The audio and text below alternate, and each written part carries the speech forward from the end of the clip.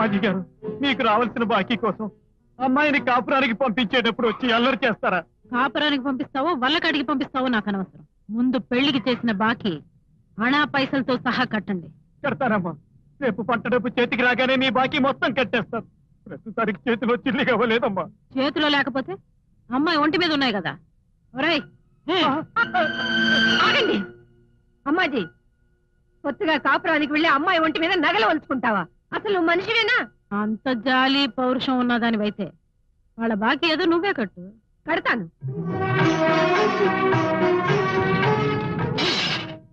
ఇంకెంత డబ్బు రావాలో లెక్క చూసుకో. ఈ కిలం పట్టిన గాజులు, అరిగిపోయిన నక్లెస్ 15,000కి తూగుతాయా? ఇంకా ఎంత రావాలో చెప్పు. నా కూతుర్ని అల్లుణ్ణి పండక్కి తీసుకురావడానికి మా వారు ఊరెళ్ళారు. ఆయన రాగానే నీకు నోట్ రాసిస్తాను. ఇలాంటి మాటలు అలాంటి నోట్ల మీద నాకు నమ్మకం లేదు. అమ్మాజీ గారు, శారదమ్మ గారు మాటంటే మాటే. ఆవిడ భర్త రామచంద్రయ్య గారు ఎంత మంచి వాళ్ళో ఊళ్ళో వాళ్ళందరికీ తెలుసు. వాళ్ళు ఇంతవరకు ఎంతో మందిని ఆదుకున్నారు, ఎంతో మందికి హామీ ఉన్నారు. శారదమ్మ గారు, మీ మంచితనం ఆ మూర్ఖులకు ఎలా అర్థం అవుతుంది? అవునమ్మా, ఈ ఊళ్ళో అమ్మాజీ లాంటి రాక్షసులే కాదు, ఇలాంటి దేవతలు ఉండబట్టి ఊరింకా నాశనం కాలేదు. బస్సు ప్రమాదంలో మీ అమ్మ నాన్న చనిపోయారు. మీ తాతయ్య తన కాళ్ళు పొగొట్టుకుని నిన్ను మాత్రం దక్కించుకున్నారు.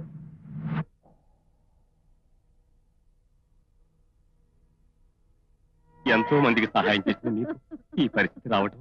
నా గురించి నేను బాధపట్టలేదయ్యా, కానీ నా మనవడు ఈ వయసులోనే అమ్మా నాన్న లేని దురదృష్టవంతుడయ్యాడు. ఆ భగవంతుడు నా ప్రాణాలు తీసుకునైనా నా అల్లుడిని కూతుర్ని బతికించుంటే.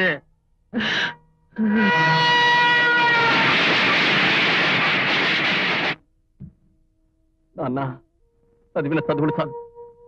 కుటుంబ పరిస్థితులు ఎలా ఉంటే మిమ్మల్ని అందరినీ వదిలి నన్ను ఎలా వెళ్ళమంటారు? ఇంకా పై చదువులు ఎవరి కోసం చదవాలి, ఎందుకోసం చదవాలి? అలా అనుకురా. కాళ్ళు లేక నేను అవిటివాణ్ణి అయ్యాను. అనుకున్న సాధించలేని అవిడితనం నీకు రాకూడదు.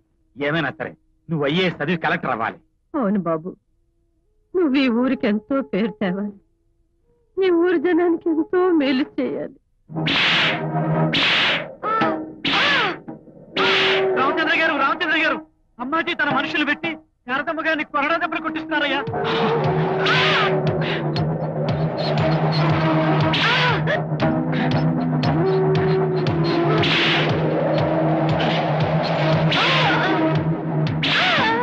ఆపండి! ఏమిటి దారుణం? ఏమిటా? అనుకున్న సమయానికి బాకీ చెల్లించకపోతే ఎవరికైనా ఇదే. బాకీ చెల్లించలేదా?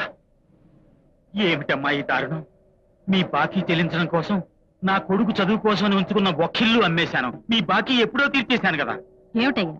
ఏమిటయ్యా బుకాయిస్తున్నావు? నేను పేదవాళ్ళకి లెక్క కట్టే ధర్మ వడ్డీ పంపిస్తే ఎలా? నా కొత్త లెక్క ప్రకారం నువ్వు ఇంకా 3,000 కట్టాలి. కొత్త వడ్డీ కింద 3,000 కట్టాలా? చూడమ్మా, నీ కట్టానికి మా దగ్గర ఏమీ లేవు, రక్త మాంసాలు తప్ప. ఏమీ లేవా? నీ పెళ్ళం మెడలో మంగళసూత్రం ఉందిగా, అమ్మాజీ మర్యాదగా మెడలో తీస్తావా? లేకపోతే నేను తీయాల్సి వస్తుంది. ఆగు! ఏమిటి దుర్మార్గం? దుర్మార్గం నాది కదయ్యా, నీది. నువ్వేదో దానకర్ణుడు అని, హరిశ్చంద్రుడు అని ఊరంతా నిన్ను పొగుడుతున్నారుగా. నువ్వే మాట తప్పితే ఎలా?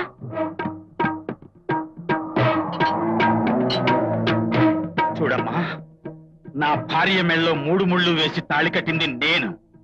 ఆ తాళి తెంచే హక్కు పైవాడికుంది, లేదంటే నాకుంది. నీకెందుకమ్మా శ్రమ? మహాతల్లి, నీకు బాకీ పడ్డ పుణ్యానికి ఆ పాపం ఏదో నేనే మూట కట్టుకుంటాను.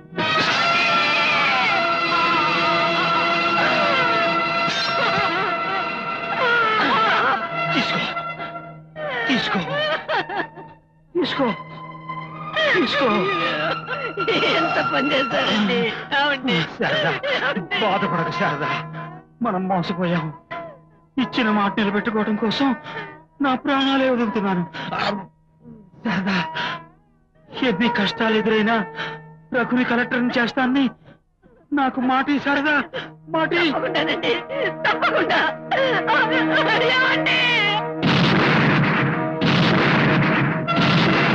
అమ్మాజీ, నా భర్త ఇచ్చిన మాటకి, నీ పాపానికి గుర్తుగా నా 5వ తనంతో నీ బాకీ తీర్చుకున్నావు.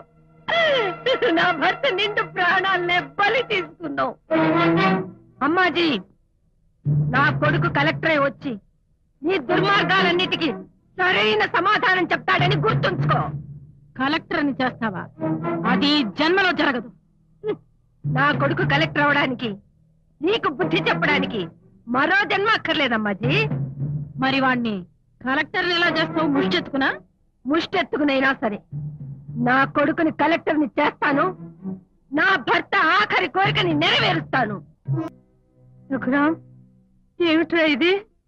క్షమించమ్మా, అనుకున్న పరిస్థితిలో తప్పనిసరి ఈ పెళ్లి చేసుకోవాల్సి వచ్చింది. మళ్ళీ మంచి ముహూర్తాలు దగ్గరలో కూడా లేవు. నువ్వు కలెక్టర్ వై తిరిగి వస్తావనుకున్నాను కానీ ఇలా కళ్యాణం చేసుకొస్తావనుకోలేదురా. నేను కలెక్టర్ అవటం కోసం నువ్వు కూలీ నాలి చేసి పంపిన డబ్బు నాకు దేనికి సరిపోలేదమ్మా. సమయానికి వీళ్ళ అమ్మగారు నన్ను ఆదుకోబట్టే నేను కలెక్టర్ అవ్వగలిగాను. అందుకే ఈ అమ్మాయిని పెళ్లి చేసుకుని ఆవిడ రుణం తీర్చుకున్నాను. విన్నావా శారదమ్మా? కలెక్టర్ అయింది నీ కొడుకు కాదు, నా అల్లుడు. మా అమ్మాయిని చేసుకున్నందుకు ఇల్లు మారింది, ఇంటి పేరు మారింది. ఈ రోజు నుంచి అతను కంచుకట్ల రఘురాం. కలెక్టర్ గారు,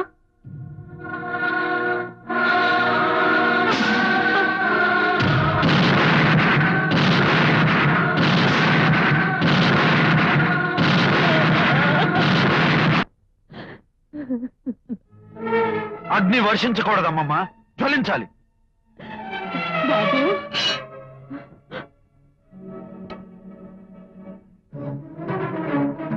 ఏమిటయ్యా ఈ ఆవేశం? ఎక్కడికి? నీకు ద్రోహం చేసిన వాళ్ళందరినీ నీ కాళ్ళ దగ్గర పడేస్తాను. నన్ను ఆపడానికి ఎవడన్నా అడ్డొస్తే నీవు నన్ను నరుకుతాను. ఎవరిని నరుకుతావు? 9 నెలలు మోసి కని పెంచిన నా కొడుకున. అమ్మమ్మా, అవునయ్యా, నా కొడుకు ఏ నాటికైనా మనసు మార్చుకుని మళ్ళీ నా దగ్గరకు వస్తాడన్న ఆశతో ఇన్నాళ్ళు బ్రతుకుతున్నాను. ఇప్పుడు ఆ ఆశ కూడా లేకుండా చేస్తావా? రేపు వాడి పుట్టినరోజు, అమ్మవారి గుళ్ళో వాడి పేరును అర్చన చేద్దాం అనుకుంటున్నాను. దానికి బదులు వాడి శ్రాద్ధ కర్మలు చేయడం చూడమంటావా? అమ్మమ్మ, నీ కన్నీళ్లు తొడవాలనుకున్నానే కానీ కడుపు కొత్త పెట్టాలనుకోలేదు. అందుకే చెప్తున్నాను, ఎంతైనా వాడు నీ మేనమావ. నీ తల్లికి నేను పంచిన రక్తమే వాళ్ళు కూడా ప్రవహిస్తుంది. రక్త సంబంధం ఉన్న వాళ్ళని మనం కాకపోతే ఇంకెవరు క్షమిస్తారు చెప్పు? అలాగే అమ్మమ్మ, నీ మనసుకు బాధ పెట్టే పని ఏదీ చేయను. ఆ అమ్మాజికి బుద్ధి చెప్పి మావయ్య కళ్ళు తెరిపిస్తాను. మనస్సు మార్చుకుని మావయ్య నీ కాళ్ళ మీద పడేట్టు చేస్తాను. ఈ రోజు మా అబ్బాయి పుట్టినరోజు, వాడి పేరుని అర్చన చేయండి. మీ అబ్బాయి పేరు? వాసిరెడ్డి రఘురాం. ఆగండి పూజారి గారు, ఆవిడ పొరపాటు పడింది. అతని పేరు వాసిరెడ్డి రఘురాం కాదు, కంచుకట్ల రఘురాం. ఏనాడైతే నా కూతురికి మొగుడయ్యాడు ఆనాటి నుంచి అతని ఇంటి పేరు కంచుకట్లగా మారింది. ఆ పేరుతోనే అర్చన చేయండి. ఇంటి పేరు మార్చినంత మాత్రాన నేను పంచి ఇచ్చిన రక్తాన్ని మార్చలేవు అమ్మాజీ. కంచుకట్ల వారి వంశంలో పెళ్లైన ఆడపిల్లల మొగుళ్ళు అత్తవారింటికి రావాల్సిందే కాని ఆడపిల్లలు అత్తవారింటికి వెళ్లరు.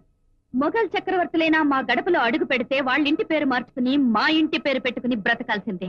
ఇది ఎప్పటి నుంచో వస్తున్న కంచుకట్ల వారి వంశ సాంప్రదాయం, సంస్కృతి. దీన్ని దేవుడు కూడా మార్చలేడు. సంస్కృత సద్ది కూడా ఈ మాత్రం దానికి దేవుడు దిగి రావాలా? నీ కంచుకట్ల వారి సాంప్రదాయాల పునాదులు కదిలే రోజులు దగ్గర పడ్డాయి అమ్మాజీ. మీరు మా అమ్మమ్మకు చేసిన ద్రోహానికి తగిన ప్రతీకారం తీర్చుకుంటారు. మీ కంచుకట్ల ఆడవాళ్లు మగవాళ్లను ఇంటి కుక్కలుగా మార్చి ఆడుకుంటున్నారు. నీ మెడలో పసుపుతాడు పలుపుతాడుగా కట్టి నీ ఇంటి పేరు మార్చి నిన్ను గడప దాటించే గరానా బుల్లోడు త్వరలో నీ మొగుడు కాబోతున్నాడు. అందుకు ఈ ఆలయంలో ఉన్న అమ్మవారే సాక్షి. అబ్బాయి జట్కా బాగున్నావా? బాగున్నారు సార్. పిల్లలు బాగున్నారా? బాగున్నారండి. మిసెస్ బాగున్నారా? బాగున్నారు సార్. సింగిల్ ఫ్యామిలీయా డబుల్ ఫ్యామిలీయా? సింగిల్ ఫ్యామిలీనండి. మొదటి నుంచి వచ్చానా? మొదటి నుంచి వచ్చానండి. నీకు దండం పెడతానయ్యా బాబు. నువ్వు ఎక్కడికి వెళ్ళాలయ్యా మగడా? ఎక్కడికి ఎప్పుడు వస్తావా? వస్తానండి. ఎంత అవుతుంది? 20 రూపాయలు అవుతుంది. ముషీరాబాద్ వస్తావా? వస్తాను బాబు. ఎంత అవుతుంది? 25 రూపాయలు అవుతుంది. కోటి వస్తావా? మీరు ఎక్కడికి వెళ్ళాలండి? కోటి వస్తావా? మీరు ఎక్కడికి వెళ్ళాలండి? కోటి వస్తావా? మీరు ఎక్కడికి వెళ్ళాలండి? కోటి వస్తావా? అయ్యో వస్తాను బాబు. ఎంత అవుతుంది? 90 రూపాయలు అవుతుంది. 100 రూపాయలు తీసుకో. అరే మహానుభావులు, ఆహా ఏమి ముసి ముసి రావులండి. 90 రూపాయలు అడిగితే 100 రూపాయలు ఇస్తారా? 10 రూపాయలు తయారు హృదయాలు ఎక్కి కూర్చోడు బాబు. ఒక్క నిమిషం. 140. నడిచి వెళ్తే ఎంత లాభం వస్తుందని చెప్పని ఆలోచించా. 140 రూపీస్ లాభం. వస్తా. ఇప్పటి వరకు ఈ ప్రశ్నలన్నీ మీకు ఎంత లాభం వస్తుందో కనుక్కోవడానికి చేశారా? ఏమి నవ్వురా నీ నవ్వు. నా గుర్రపు లద్దతో నీ గుండు తరుతుడా. ఆశ్చర్య గానీ గుర్రం పచ్చిగడ్డి తింటుందా, గుగ్గిళ్ళు తింటుందా? గుర్రం కలరు మొదటి నుంచి బ్లాకేనా, ఎడవడం నిలబడిందా? ఈ బండి ఓనా, బ్యాంకు లోనా, సొంత కదా? అసలు మీ నేటివ్ ప్లేస్ ఏది? ఎప్పుడు బిజినెస్ బిజినెస్ ప్రాఫిట్ గా ఉందా? సరే వస్తా, బిజీగా ఉంటున్నావుగా, మళ్ళీ కలుద్దాం. అరే అమ్మా అసలే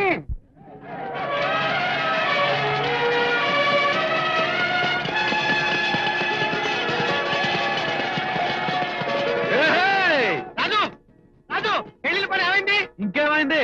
మన ఇల్లు స్థలాలు ఖాళీ చేయవసరం లేదని కోర్టు వాళ్ళు ఒప్పుకున్నారు. పేదవాళ్ళకి దేవుడితో పాటు కోర్టు కూడా ఉందని తెలిసిపోయింది.